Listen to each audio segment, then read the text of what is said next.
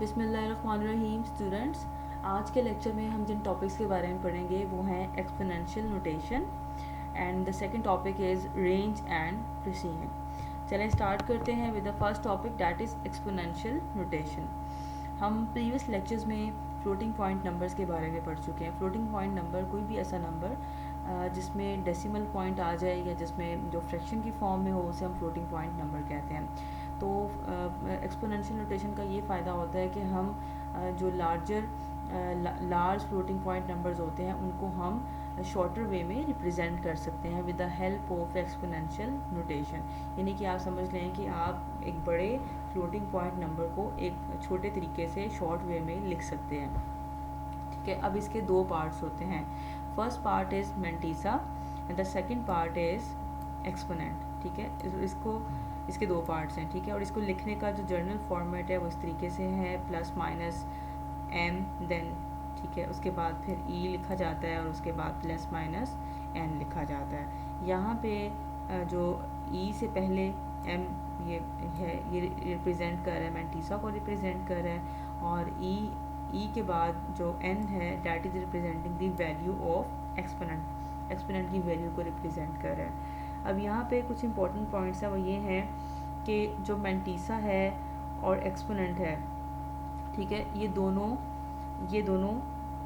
Positive भी हो सकते हैं और नेगेटिव वैल्यूज़ भी हो सकती हैं। इन दोनों की वैल्यूज़ पॉजिटिव भी हो सकती हैं, यहाँ पे मैंने मेंशन किया हुआ देखें, ये दोनों में हम पॉजिटिव और नेगेटिव वैल्यूज़ दोनों का यूज़ कर सकते हैं। ठीक है, दूसरी बात इसमें एक और इम्पॉर्टेंट पॉइंट है, ये है कि जो एक्सपोनेंट है उसकी वैल्यू सिर्फ इंटीजर ही हो सकती है, उसकी वैल्यू रियल नंबर नहीं हो सकती या फ्लोट नंबर नहीं हो सकती। यानी कि यहाँ पे जो इसकी जो पावर की फॉर्म में या एक्सपोनेंट की जो वैल्यू हम लिखेंगे उसको हम वो सिर्फ इंटीजर ही यूज़ कर सकते हैं, वो पॉइंट्स में नहीं होना चाहिए।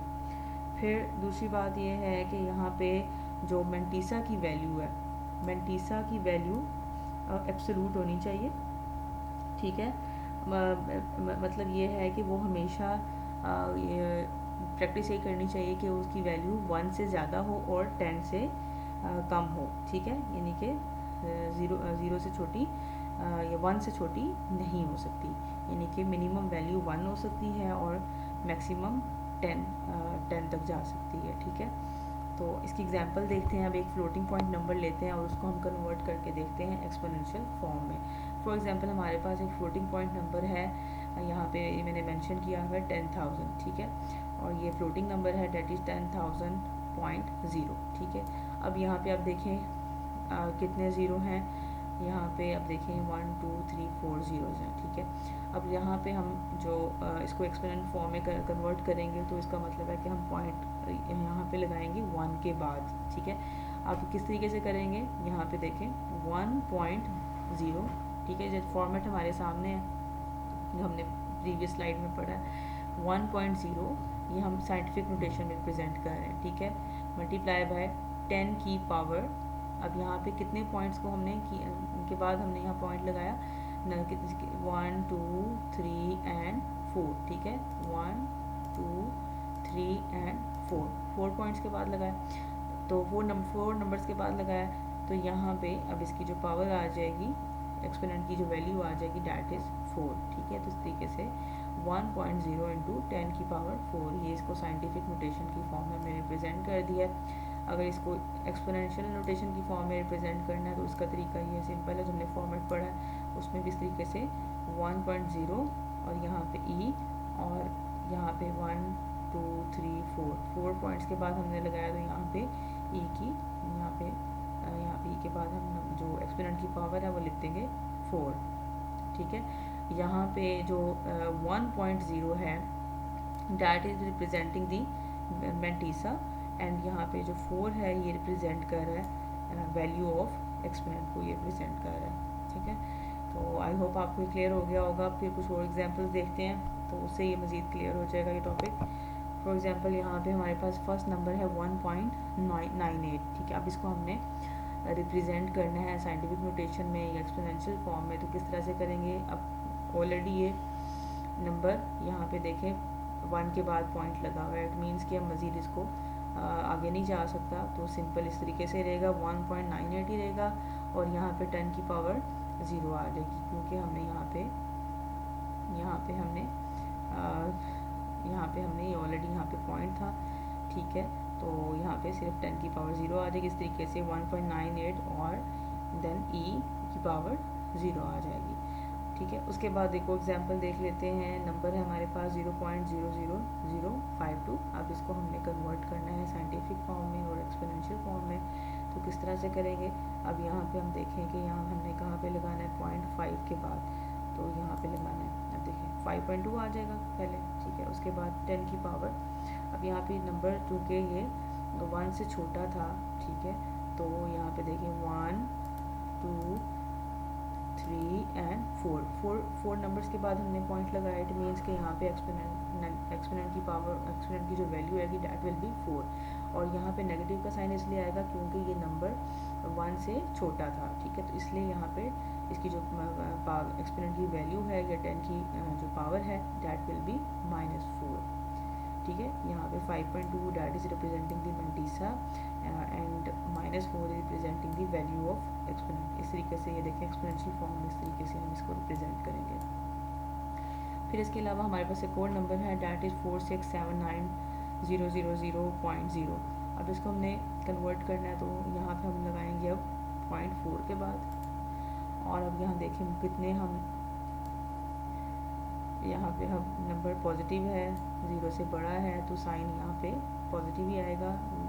1 2 कितनी 3 4 5 एंड 6 डेसिमल प्लेसेस यहाँ पे हैं। तो यहाँ पे अब 4.679 आ जाएगा और 10 की पावर यहाँ पे आ जाएगी 6, ठीक है, क्योंकि हमने 6 नंबर्स को स्किप करके हमने पॉइंट लगाया। तो यहाँ पे इस तरह से आ जाएगा। और इस तरीके से इसको एक्सपोनेंशियल फॉर्म में रिप्रेजेंट इस तरीके से करेंगे, सेम वही आ जाएगा 4.679 और देन एक्सपोनेंशियल की पावर, एक्सपोनेंट की जो वैल्यू आ जाएगी डैट विल बी 6, ठीक है। और अगर यहाँ पे जो है that this value is representing 4.679 representing mantissa and 6 is representing the value of exponent. तो आई होप आपको ये क्लियर हो गया होगा यहाँ तक। उसके बाद फिर हम देखते हैं range and precision. Range and precision के बारे में, these all the possible values that a floating type variable can store are described in terms of range and precision, ठीक है। फ्लोटिंग टाइप वेरिएबल्स की जो वैल्यूज़ हैं उसको भी हम रेंज और प्रेसिजन की फॉर्म में रिप्रेजेंट कर सकते हैं। प्रेसिजन बेसिकली कहते किसे हैं? प्रेसिजन कहते हैं it is the number of digits after decimal point.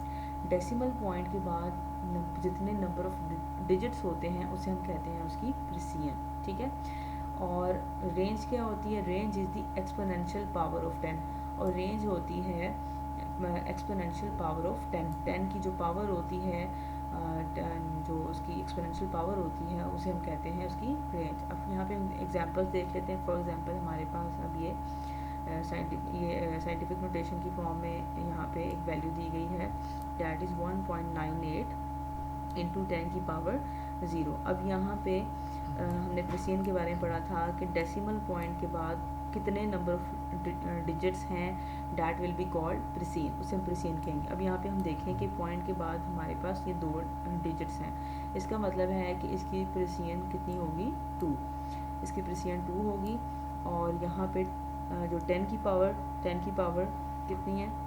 यहाँ पे 0 है, तो इसका मतलब है कि इसकी जो रेंज है डैट विल बी 0, ठीक है। रेंज की डेफिनेशन हमने की है कि it is the exponential power of 10। फिर इसके बाद एक और एग्जांपल देख लेते हैं। 5.2 इंटू 10 की पावर -4, ये एक और हमारे पास वैल्यू है। अब इसमें इसकी प्रेसिजन कितनी होगी? प्रेसिजन फाइंड करने के लिए सिंपल डेसिमल पॉइंट के बाद हमें डिजिट्स काउंट कर लेने हैं। अब यहाँ पे डेसिमल के बाद सिर्फ एक डिजिट है, इसका मतलब है कि इसकी प्रेसिजन हो जाएगी 1। और इसमें जो 10 की पावर है डैट इज़ -4, तो इसका मतलब है कि इसकी रेंज हो जाएगी -4, ठीक है। तो ये आई होप आपको ये भी क्लियर हो गया होगा। हमारा आज का टॉपिक यहीं पे ख़त्म होता है, ठीक है। और फिर भी अगर आपको किसी किस्म की समझ नहीं आई तो आप उस हवाले से पूछ सकते हैं, ठीक है। अल्लाह हाफ़िज़।